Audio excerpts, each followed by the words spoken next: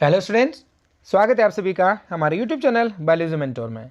आज हम लोग वंशागति और विविधता के सिद्धांत अध्याय के अंतर्गत सह प्रभाविता या को डोमिनेंस के विषय में पढ़ेंगे। तो आइए शुरुआत करते हैं। सह प्रभाविता या को डोमिनेंस, इसे समझने से पहले एक बार बात करेंगे मेंडल के पहले नियम लॉ ऑफ डोमिनेंस या प्रभाविता के नियम के विषय में। मेंडल ने प्रभाविता के नियम के अंतर्गत कहा था कि जब दो शुद्ध विपर्यासी लक्षणों वाले जनकों के मध्य संकरण कराया जाता है तो F1 पीढ़ी में केवल प्रभावी लक्षण अपने आप को प्रकट करता है। उदाहरण के लिए लंबे मटर के पौधे और बौने मटर के पौधे के बीच में संकरण कराया और पहली पीढ़ी में कैपिटल T स्मॉल t युक्त जो जीनोटाइप वाला पौधा प्राप्त हुआ। कहने का तात्पर्य यह लंबा मटर का पौधा प्राप्त हुआ और उन्होंने कहा कि प्रथम पीढ़ी में केवल प्रभावी लक्षण अपने आप को प्रकट करता है। यहाँ पर दो एलील है कैपिटल T और स्मॉल t, और जिसमें से कैपिटल T प्रभावी और स्मॉल t अप्रभावी लक्षण है। लेकिन सहप्रभाविता में क्या देखने को मिलता है कि सहप्रभाविता एक ऐसी स्थिति है जिसमें किसी विषम युग्मजी अर्थात F1 पीढ़ी में के दोनों एलील पूर्णतः अभिव्यक्त होते हैं, अर्थात दोनों एलील अपना अपना बराबर का प्रभाव दिखाते हैं। मेंडल ने प्रभाविता के नियम के अंतर्गत कहा कि F1 पीढ़ी में केवल प्रभावी लक्षण प्रकट होते हैं, लेकिन सहप्रभाविता में क्या होता है कि F1 पीढ़ी में जो विषम युग्मजीय जीव है, जो हेट्रोजाइगस है, वो दोनों ही उनमें उपस्थित दोनों ही एलील अपने आप को पूर्ण रूप से अभिव्यक्त करते हैं, अर्थात दोनों एलील अपना बराबर का प्रभाव दिखाते हैं। अतः F1 संतति दोनों जनकों से समानता दिखाती है। उदाहरण के लिए मनुष्य में रुधिर वर्गों की वंशागति, तो मनुष्य में जो ब्लड ग्रुप बनते हैं तो इन ब्लड ग्रुप में सहप्रभाविता देखने को मिलती है। तो आइए मनुष्य में रुधिर वर्गों की वंशागति को समझते हैं। मनुष्य में रुधिर वर्गों की वंशागति, मनुष्य में 4 प्रकार के ब्लड ग्रुप पाए जाते हैं जो कि जीन आई के द्वारा नियंत्रित होते हैं। ब्लड का जो जीन आई होता है उसके द्वारा चारों ही रक्त समूह निर्धारित होते हैं। जो जीन आई है उसके 3 एलील होते हैं। सामान्य रूप से हम लोग पढ़ते हैं कि प्रत्येक जीन के 2 एलील होते हैं, लेकिन यहाँ पर एक अपवाद के रूप में है कि जो ब्लड का जो जीन आई है उसके 3 एलील होते हैं, आई ए, आई बी और आई। आई ए तथा आई बी दोनों प्रभावी और आई एलील अप्रभावी होता है। तो यहाँ पर एलील हैं आई ए और आई बी, ये दोनों प्रभावी एलील होते हैं, जबकि स्मॉल आई यहाँ पर जो दिया हुआ है, जो आई एलील यहाँ पर दिया हुआ है, वह अप्रभावी एलील होता है। किसी भी मनुष्य में कोई 2 एलील पाए जाते हैं, जैसे कि जो ब्लड का जीन आई है, आई के होते तो 3 एलील हैं, आई ए, आई बी और आई, लेकिन इनमें से प्रत्येक मनुष्य में कभी भी केवल 2 ही एलील पाए जाएंगे, तीसरा एलील नहीं पाया जाएगा। एलील आई ए तथा आई बी एलील आई पर पूर्ण रूप से प्रभावी होते हैं। हमने अभी बात की थी आई ए और जो आई बी है ये प्रभावी एलील होते हैं। जब इनके साथ अगर आई एलील उपस्थित होगा तो केवल यहाँ पर ए ही अपने को प्रकट करेगा। कहने का तात्पर्य आई ए और आई बी एलील आई के ऊपर पूर्ण रूप से प्रभावी होते हैं, अर्थात जब आई ए और आई उपस्थित हों तो आई ए अभिव्यक्त होता है और आई बी और आई उपस्थित हों तो आई बी अपने आप को अभिव्यक्त करेगा, अपने आप को प्रदर्शित करेगा।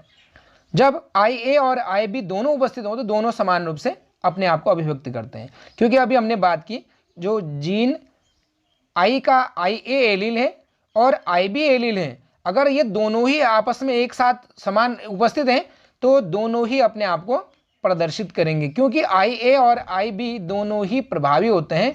इसीलिए अगर जब ये दोनों एक साथ एक जीन में दोनों एलील उपस्थित हों तो दोनों ही अपने आप को प्रदर्शित करेंगे, प्रकट करेंगे। यही घटना सहप्रभाविता या कोडोमिनेंस कहलाती है। जब एलील आई समयुग्मजी कंडीशन में होता है तो रक्त समूह ओ प्रदर्शित होता है। जैसे हमने ये भी पढ़ा है कि जो अप्रभावी एलील होता है वो जब होमोजाइगस कंडीशन में होता है, समयुग्मजी अवस्था में होता है, तो तब जाके वह अपने आप को प्रकट कर पाता है। इसी तरह से अगर एलील आई अगर होमोजाइगस या समयुग्मजी कंडीशन में होगा तो अपने आप को यह प्रदर्शित करेगा। इस स्थिति में ब्लड ग्रुप ओ प्रकट होगा। अब एक टेबल की सहायता से हम लोग समझते हैं जीनोटाइप और यहाँ पर फिनोटाइप दिया हुआ है। किसी भी मनुष्य में जो जीनोटाइप हैं आई ए और आई ए अगर एक साथ उपस्थित हों तब ब्लड ग्रुप उस व्यक्ति में प्रदर्शित होगा ए, कहने का तात्पर्य उसमें फिनोटाइप ए हो जाएगा। या IA और I अगर एक साथ उपस्थित हों, क्योंकि IA I के ऊपर पूर्ण रूप से प्रभावी होता है, इसीलिए केवल यहाँ पर A ही अपने आप को प्रदर्शित करेगा, तो उस व्यक्ति का जो ब्लड ग्रुप होगा वो A होगा। इसी तरह से अगर IB और IB दो एलील एक साथ उपस्थित हों या IB और IA एक साथ उपस्थित हों, तब भी व्यक्ति का जो ब्लड ग्रुप होगा वह B होगा। अगर IA और IB जीनोटाइप वाला कोई व्यक्ति है, क्योंकि IA और IB दोनों ही समान रूप से प्रभावी होते हैं, तो इसलिए उस व्यक्ति में जो ब्लड ग्रुप होगा वह AB प्रदर्शित होगा, कहने का तात्पर्य उसका फिनोटाइप AB हो जाएगा।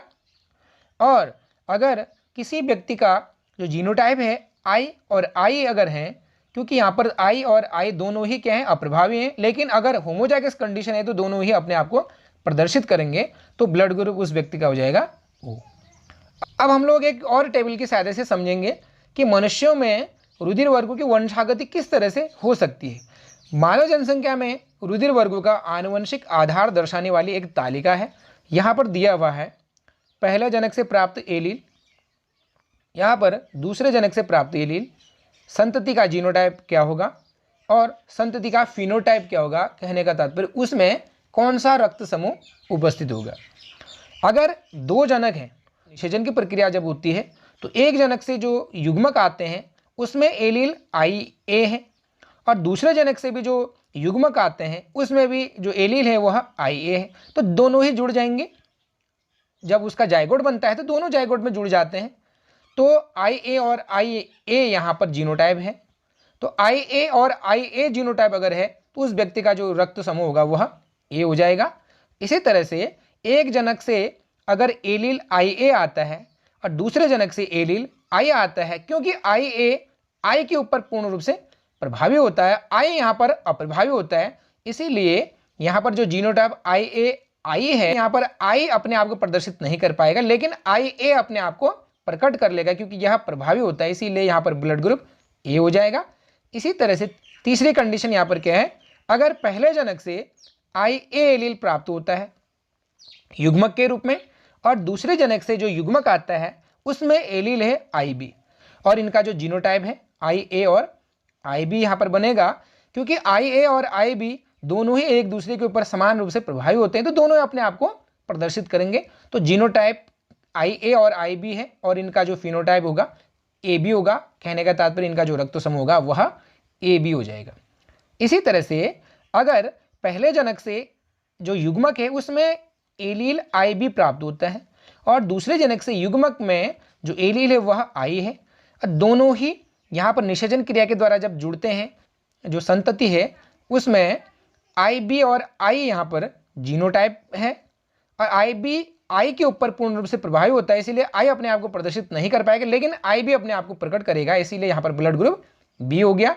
इसी तरह से एक जनक का जो युग्मक है उसमें IB एलील प्राप्त होता है और दूसरे जनक से जो प्राप्त युग्मक है उसका जो एलील है IA है। अब दोनों ही संतति में जो जीनोटाइप होगा IA IB के रूप में प्रेजेंट रहेंगे, क्योंकि IA और IB दोनों ही समान रूप से एक दूसरे के ऊपर प्रभावी होते हैं, इसीलिए दोनों ही यहाँ पर प्रकट होंगे और जिनका जो फिनोटाइप होगा वह AB ब्लड ग्रुप के रूप में होगा। अब एक जनक से अगर युग्मक आ रहा है और उसका एलील है I और दूसरे जनक से जो प्राप्त युग्मक है उसमें भी एलील I है, और तो इनका उनकी संतति में जीनोटाइप हो जाएगा I, चूँकि यहाँ पर I और I हैं पूर्ण रूप से अप्रभावी होते हैं, लेकिन यहाँ पर होमोजाइगस कंडीशन या समयुग्मजी अवस्था है, इसीलिए दोनों ही अपने आप को प्रकट कर लेते हैं और संतति में जो रक्त समूह होगा वह O होगा या इनका जो फिनोटाइप होगा O ब्लड ग्रुप होगा। एग्जाम में अक्सर रुधिर वर्गों की वंशागति से संबंधित प्रश्न पूछे जाते हैं, इनको आप प्रैक्टिस करिए, इनको बनाइए और कमेंट बॉक्स में इनका आंसर दीजिए। प्रश्न है, शिशु का रुधिर वर्ग O है, पिता का रुधिर वर्ग A और माता का B है। जनकों के जीनोटाइप मालूम करें और अन्य संततियों में प्रत्याशित जीनोटाइपों की जानकारी प्राप्त करें।